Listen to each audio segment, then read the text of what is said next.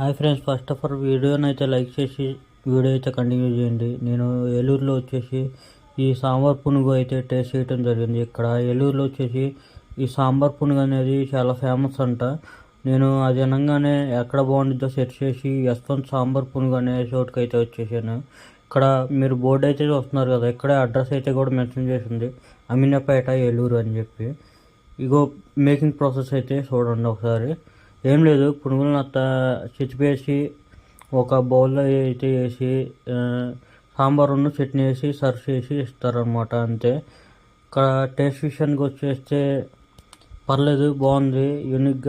Unique అంటే ఏం లేదు, సాంబార్ పునుగు మామూలుగా సాంబార్ గారె ఆ టైప్ ఎట్టుండిద్దో సాంబార్ పునుగు కూడా అలాగే ఉంది.